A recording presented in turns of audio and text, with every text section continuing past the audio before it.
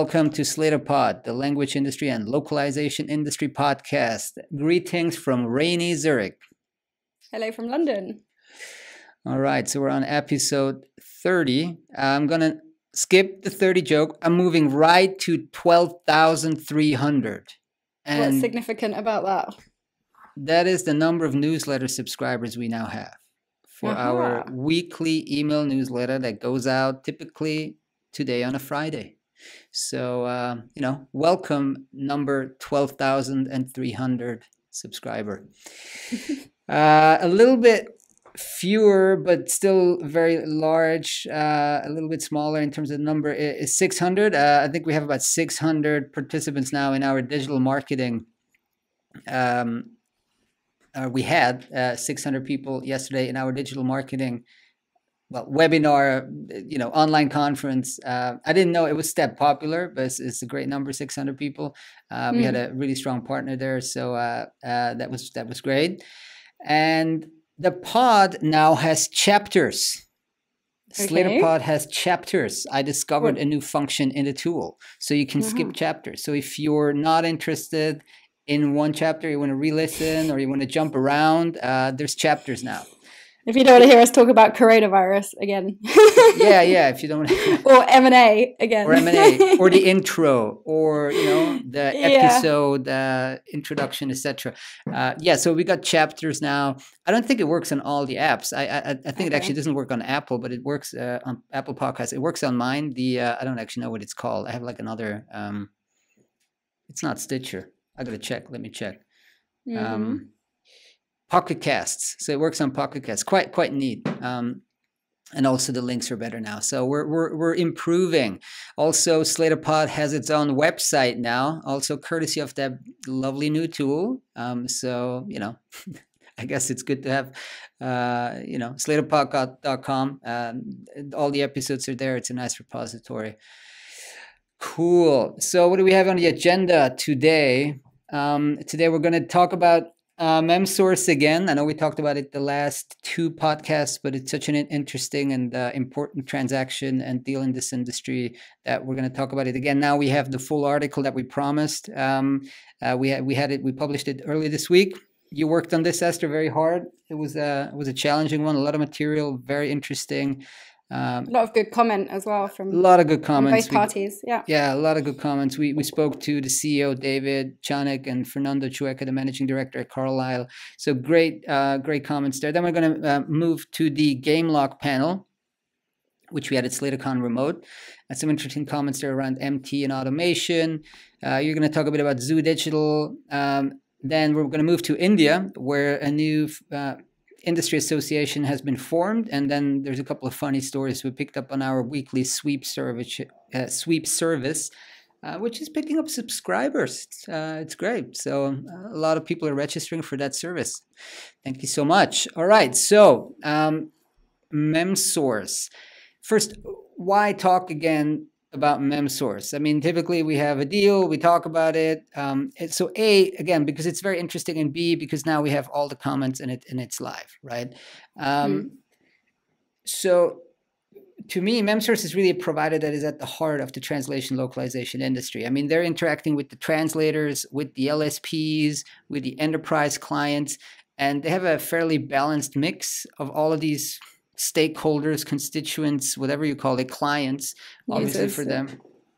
Yeah, and so it's a very central tool in this industry. And in terms of the transaction size, I mean, what was the price we had in there that Carlyle invested, or the valuation rather? The valuation, we sort of pinpointed at around $45 million. Yeah, 45 million US dollars, $50 million, who knows? But it's in the ballpark, and I don't think we've seen anything like that ever since SmartLink raised, I think around 70 million in the early teens, 2010s, maybe 11, 12, 13. We haven't really seen this kind of investment in localization technology, in pure localization technology, because I don't think, I mean, the LILT or the Unbobbles, the most recent rounds, they don't count because they were already under a services component, right? And Memsource specifically said they're not interested in providing any services. So let me just provide a bit of context around this. So the investor behind the transaction is Carlyle, one of the world's biggest private equity firms. In total, their private equity section is like, or not section, their private equity unit is about $80 billion in assets under management. They own around 181 portfolio companies. So that's a lot. But of course, they have all kinds of sub-funds. And the fund that invested into Memsource is called Carlyle Europe Technology Partners 4, because logically there's 1, 2, 3. And when we spoke with the partner, he said that they're planning to invest in more than a dozen businesses, and they have around 20. They have until 2025 to deploy the capital, i.e., to invest those 1.4 billion. So they raised the money, and now they have until 2025 to invest it, and then another 5 years to actually exit. So those companies. That's a lot of time. So that's 10 more years for them to potentially hold Memsource and do all kinds of transactions and building it, etc. Memsource was bootstrapped, so that means they didn't take on any external money since they started about 10 years ago. Apparently, they've done like $8 million in revenues or annual recurring revenues in 2019, and they're on track to exceed like 10, 11 million in 2020. So the transactions were at like 4 or 5 times their revenue. David, the CEO, told us that they started exploring this in mid-2019. They were really looking to sell to a financial investor, not really to a LSP. Do you remember why that is? I mean, it's just probably... I mean, he said it wouldn't work, I think was the quote, that for a variety of reasons. But I mean, specifically with LSPs, he didn't think it would work out. But obviously looking for a financial investor, there's lots of different options, lots of different financial investors that you can choose from and speak to. Yeah, I think I remember he said that once you hit a certain size and you're in the software space, like they basically just come knocking. So it's more about choosing which one. And, having chosen Carlyle, which is one of the biggest ones, yeah, that does signal to me that there were a few others that were looking at this. With LSPs, maybe there's also a conflict that, they have a bunch of LSPs as clients. So that would, if you're as an LSP, you buy it, then what are you going to do? You're selling to your competitor. Yeah. There's a limited number of buyers, I suppose, within the LSP space as well. That's right. And then why buy for Carlyle? They said they had a confidence in the underlying market demand. They also, what's very interesting, they're going to do M&A. So they're going to be buying more companies. They said this is a sector where there hasn't been too much M&A, and they're going to do M&A.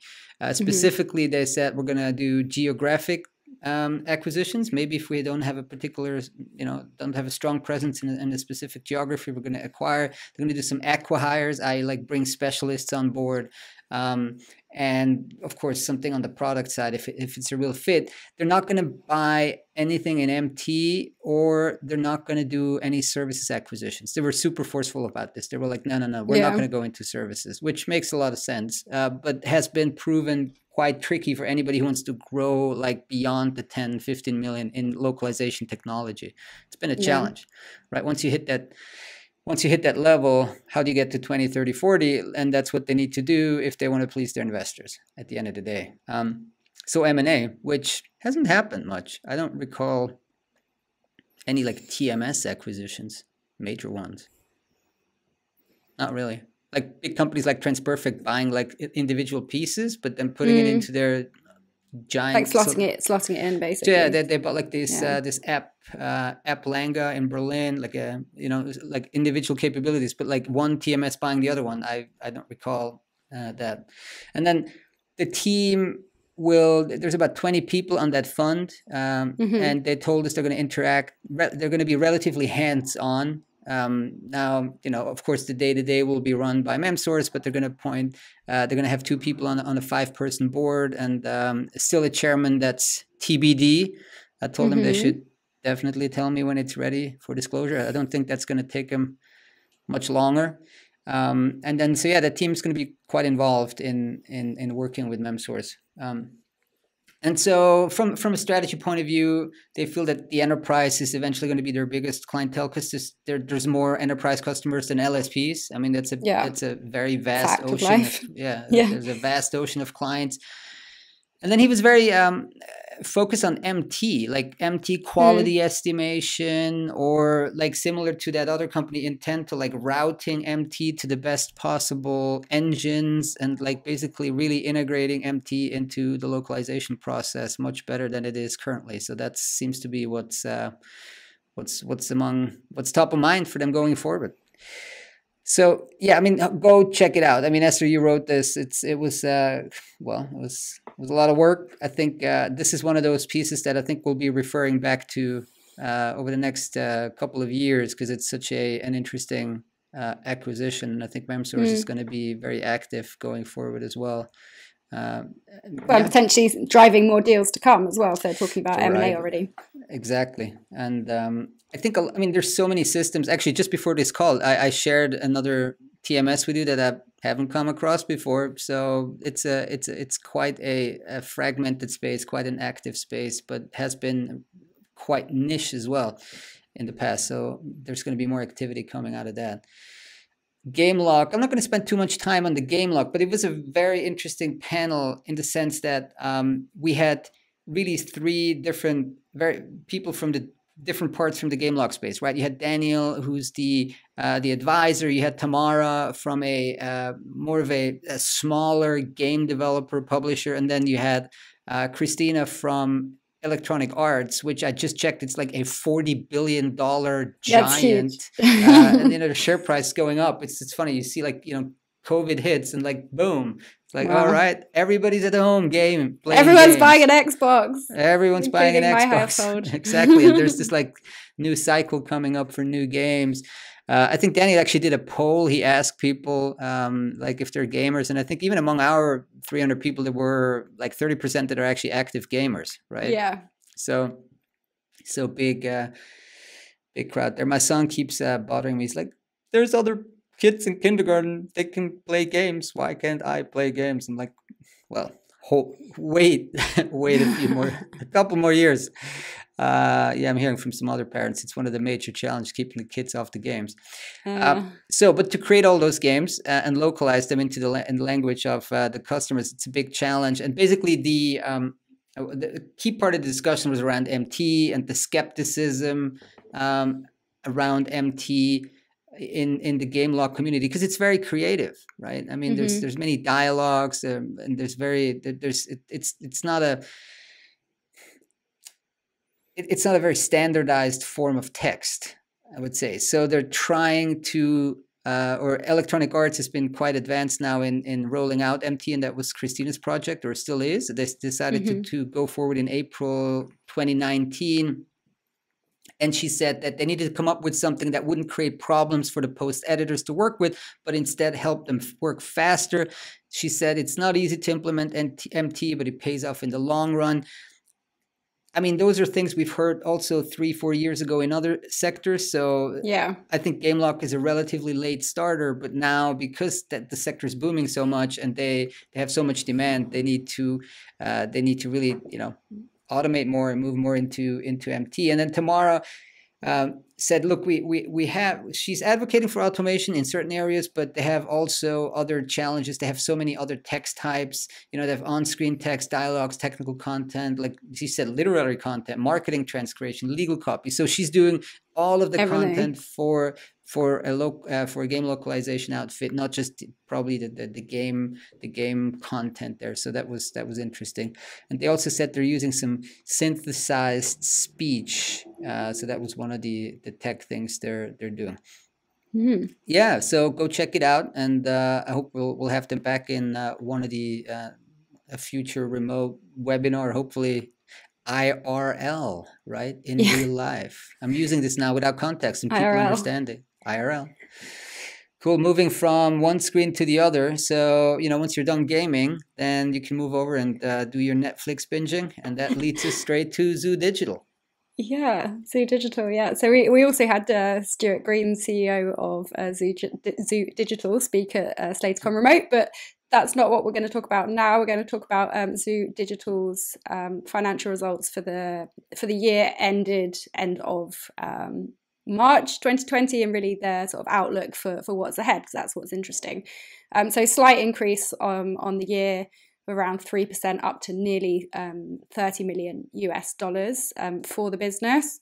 And then, I mean, really looking forward, looking backwards, I suppose, the past 3 months, but obviously during coronavirus, they said that the sales for Q1, so that's the 3 months, I think, April, May, June, are expected to be at least 15% up on the year before. So that's obviously a pretty significant increase. And it really seems like dubbing now is forming sort of quite a big part of this. Lots of sort of demand and additional interest coming from for dubbing, and specifically for some of their cloud dubbing services, which they've also been talking about for a number of years. We spoke about it on the last, sorry to jump in there, we spoke about it on the last podcast as well, right? How challenging it is to like fit out the room. In fact, I fit out this room a little better now. So, it's challenging to fit that out and to have people dub remote, not just the tech, but actually the hardware as well. Yeah, I think that's it, isn't it? And but I mean, I think obviously they're looking at it from sort of making it easier all round and cheaper, I suppose, for clients, but also on the voice actor side, for it to be sort of a more convenient setup to work from home, kind of like a plug and play thing. Once you've tested your microphone, it's all done in the system, etc. I mean, and they've said, or Zoo said in the financial results, really that I mean, they recognise, and they have sort of said for a while, that they had faced some sort of reticence, I suppose, and that really the interest in this cloud dubbing solution was slowly growing within the industry. But they say, the industry of media localization or end customers traditionally conservative and sort of reluctant to adopt change, which I think, we do see that within that industry and obviously within many others as well. But the pandemic has really served as a catalyst for cloud dubbing in particular. Obviously, as some of the dubbing, or really all of the dubbing studios around the world have been closed, customers have been looking for continuity and a way to carry on dubbing throughout that. And moreover, they don't expect it to sort of drop off after coronavirus. They really think that demand's going to continue to be significantly higher than it was prior to the pandemic. I wonder if, I mean, there's a couple of things here. So I'd love to sit in on one of those dubbing sessions, like how it actually works. Like you're sitting there and then like there's this system and you got the dialogue and you speak. I've seen a demo. You've seen a demo? Actually. Okay. Yeah. Nice. I mean, it's interesting. Yeah, but you should try and get in on one of those. Is there anything on YouTube? Maybe I should check it out. Like how a remote dubber works. Yeah. I think I saw. I don't know. Maybe Transperfect or somebody has shared something along those lines. Yeah. So I'd love to sit in on one of that, and then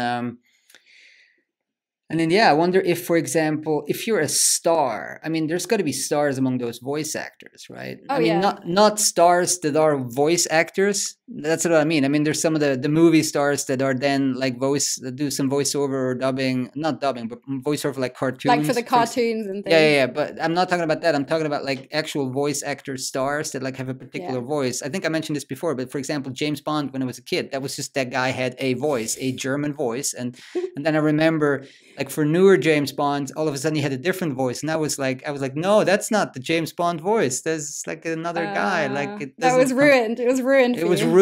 Exactly. So I wonder if you're moving up the stardom ladder in voice acting, if you're like are these people do they want to work at a home, or like they basically insist I'm not going to do this unless you sent me to a studio? Well, that was something else. I remember having a discussion with someone in Media Lock about that very thing before. And I think it is a consideration, obviously, because people do sometimes want to be treated like VIP. I mean, and some of these people are getting kind of rights and... Well, they are VIP. I mean, they're very important. They are VIP. They are very important. Kids are disappointed. They want to be treated, and they want to be treated as such. So I think, you're right that they do, some of them at least, want to have some form of star treatment. And many of them are actors in their own right. So they won't just be doing dubbing. They might be doing radio. They might be doing, a whole other different projects within that universe. I think on that side, yes, it is definitely sort of a consideration. I love this industry. I had no clue about it before I started. I mean, even like maybe 3-4 years ago, I love it. It's great. It's different. It involves so many more components than some of the other areas in localization, which obviously is mostly about text. And this one has a lot of other drivers in it. Another, fast emerging market has been emerging for a while now, of course, but in terms of localization, has been a production center, a back office center, but never really been, until maybe a couple of years ago, perceived as like a major market, is India. And there was this famous Google, I think, was it Ernst & Young or KPMG or PwC? KPMG, the one that we covered a couple of years ago. Okay, yeah, so there was a Google KPMG report out around kind of localization for the Indian market, which apparently is still kind of the gold standard of Indian market research. But I'm digressing. So basically, a story we covered just yesterday was Sandeep Nulkar, who is the president of India's first and India's newly formed language industry association, CITLoB, Confederation of Indian Translation and Localization. I'm going to have to go back to that. I'm so sorry. It's called CITLoB. Businesses. Yeah, I'll look it up. Something along those lines. If I had like Rogan, I had to, Jamie, please look this up, but I can't. Anyway, CITLoB. So new industry association in India. They formed last year, but they only started to accept members, I think now in June 2020, and they already crossed the 50 member mark. Interesting though that, they're saying that, Sandeep, who was kind enough to give us an interview and provided a lot of very interesting insights about India. Interestingly, he said about 90% of the market is made up of freelancers that are directly engaged by clients. And I think that proportion would be fairly different in different markets in Europe. It's probably, yes, you still have a very, very lively ecosystem of clients using a special system or a TMS or anything like that and directly engaging with the freelancers, but it's probably not 90%. I think the intermediary component with LSPs is a lot bigger. In India, that seems to be kind of nascent still. He also said that language tech is a buzzword, of course, in India. There's a lot of new language industry startups. There's been some funding going on into it, etc. And then the idea for CITLoB was planted or was originated when Sandeep spoke to Jeffrey Bowden, the UATC at the UATC conference in Madrid. I think Jeffrey is the ATC president or formerly, I think. Formerly, yeah. Okay. So they spoke about it and they felt, well, we should have something like that in India as well as the industry, matures, grows. There's also a lot of news about around India with the Jio, like that new mobile company that I think is owned by this giant Reliance Industries. And then Google made a big announcement just a couple of days ago that they're going to invest like billions of dollars into India. And the language is actually a component. Even on the Sundar Pichai, his interview, they mentioned, or his not interview, it was a presentation, like a short video, 10 minutes. I think they mentioned that they're going to translate more into the local languages or provide more content into the local languages. So India, definitely an interesting market, and very interesting article there with Sandeep, and that I think we're going to hear more from CITLoB. Let me look this up now. So I've got it. Confederation, the Confederation of Interpreting, Translation and Localization Businesses. There you go. It's all in there. That's why. Now I get it. Now that's why we're asked about interpreting, and he said that telephone interpreting is surely not even a known term in India.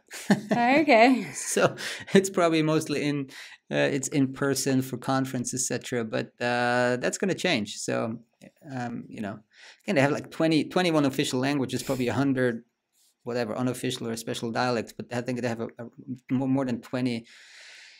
Languages, 1.3 billion people. So you're looking at a triple Europe-sized market. There's a lot of potential members for an association, isn't it? There's a lot of members there. That's right.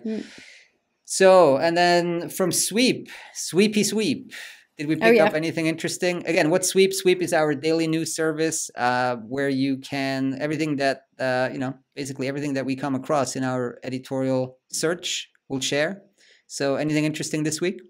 Yes.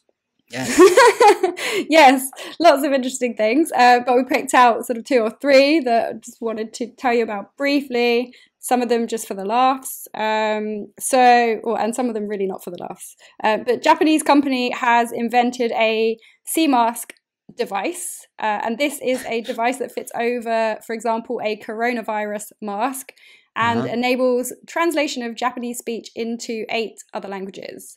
And it goes to your smartphone as text or audio. Okay. So yeah, that's a very okay. So it's sea mask. Why? Corona? I don't know. Okay. And COVID. It goes over because what? It's muffled, and the AI would filter out the muffledness. I suppose so. Yeah. I mean, I didn't read the whole sort of like product, feature list and I need this. Product it marketing. But I think the idea is it goes over your coronavirus mask. So then I suppose you can dispose of the mask, or maybe it's fitted to the reusable ones. I don't really know, but it's an add-on basically to masks. We're laughing now, but this is going to have a future. Yeah, well, I mean, my question would be, does it work without a mask, or do you really need the mask for it to work? You need the mask, and we're all going to be wearing masks for the next 10 years. So, yeah. I'm kidding. I'm sorry. I'm kidding. I mean, I'm just like here, people wore 0 masks a week ago, and then the government said, now you're going to have to wear masks in public transport, and now 100% of the people are wearing masks. So I was wearing masks. We're starting here. So, I mean, it's been on public transport for a while. But I think it's as of next week, we're going to have to start wearing it in shops. Do I have to make this I think I need to do this as a chapter now, the coronavirus chapter, so people can skip it. Oh dear. We spent too long talking about the coronavirus masks. Never mind. It was just 20 seconds. Cool. Okay. Then there's another one that we picked up. Very, very interesting. And as usual, posed by no other than Kirti Vashi, who's like MT is like, it's an MT one of the guru. I was looking for the word. So he's been publishing on his blog KV MT Pages Blogspot for 10 years now, and he joined SDL about 18 months ago. So what was this post about? This was quite an in-depth interview, actually, with somebody from Microsoft, Chris Vent, who is Group Program Manager at Microsoft Translator. So they were talking, obviously Microsoft Translator also runs Bing Translator and Skype Translator. So they were talking a lot about consumer products for machine translation, enterprise products, and also a fair amount about data security also. So it was quite an interesting interview. People should definitely read. Chris Wendt is famous. There's one famous quote he had, basically, or tweet, like, it's always 5 years away. Because he's been in this space for a long time, and the question around when is machine translation going to reach human level, yada yada. So he once had this tweet like a couple of years ago where it's like, it's always 5 years away. But then I remember he said on Twitter that he wouldn't recommend his kids to become translators, and then that started like a thread. So he's an influencer. He is an influencer. I mean, he's Group Program Manager MT at Microsoft. So that's a lot of tech there. Anything else? There was one more. Yes. Yeah. So interpreters in Sweden apparently are 3 times more likely to catch coronavirus than the national average. So just to end on a not so happy note, unfortunately. But yes. That is. I don't know why. Well, then the average, it makes sense because you're out and about. Well, I guess this is sort of in-person interpreters rather than remote interpreters. Indeed, yeah, and Sweden has been I didn't read it because it was in German, so I just took the headline. Okay. Well, that's from UEPO from the kind of the German Slator.com. I like it a lot. I read it quite often, actually. They do a great job. They pick up so many stories that I don't. So we share some of them in Sweden. Very good. All right. Stay safe, stay healthy, and join us again next week. Thank you so much. Thank you. Bye. Bye.